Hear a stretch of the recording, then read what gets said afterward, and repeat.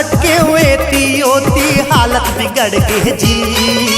दर दर भटके हुए तियोती हालत बिगड़ गए जी। गणपति जी के द्वारे जुनावे किस्मत संवर गए जी। गणपति जी के द्वारे जुनावे किस्मत संवर गे जी। दर दर भटके हुए तियोती हालत बिगड़ गए जी। दर दर भटके हुए तियोती हालत बिगड़ गए जी। गणपति जी के द्वारे जुनावे किस्मत संवर गए जी। गणपति जी के द्वारे जुनावे किस्मत संवर गे जी। गणपति जी के द्वारे जुनावे किस्मत संवर गे जी।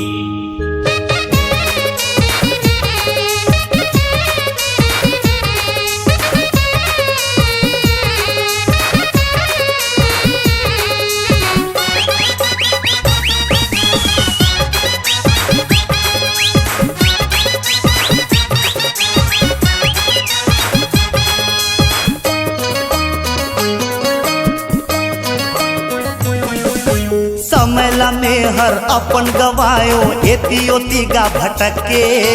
हाथ मा मोरे कछु नहीं आइस लालच मा रह गए अटके।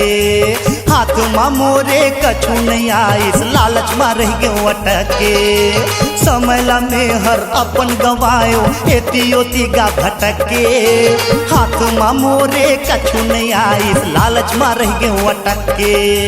हाथ मा मोरे कछु नहीं आइस लालच मा रह गए अटके।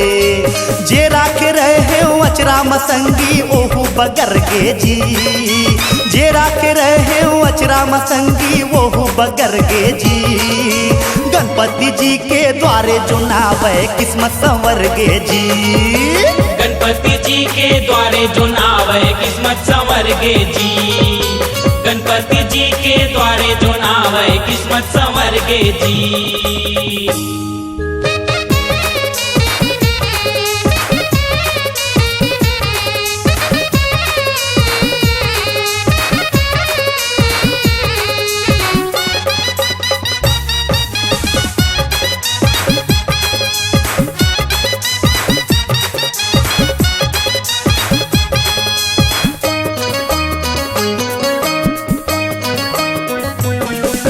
मोरे गजानंद हावे गजम्मो देवी देवता के मयारू। शिव पार्वती के ललना के जैसे नहीं है कौन होगा दयालु। शिव पार्वती के ललना के जैसे नहीं है कौन होगा दयालु। मोरे गजानंद हावे गजम्मो देवी देवता के मयारू। शिव पार्वती के ललना के जैसे नहीं है कौन होगा दयालु। शिव पार्वती के ललना के जैसे नहीं है कौन होगा दयालु। मोरे देहे के यहाँ उहाँ के निशा उतर गए जी। मोरे देहे के यहाँ उहाँ के निशा उतर गए जी। गणपति जी के द्वारे जुनावे किस्मत संवर गए जी। गणपति जी के द्वारे जुनावे किस्मत संवर गे जी। गणपति जी के द्वारे जुनावे किस्मत संवर गे जी। दर दर भटके हुए तियोती हालत बिगड़ गए जी। दर दर भटके हुए तियोती हालत बिगड़ गए जी। गणपति जी के द्वारे जुनावे किस्मत संवर गए जी।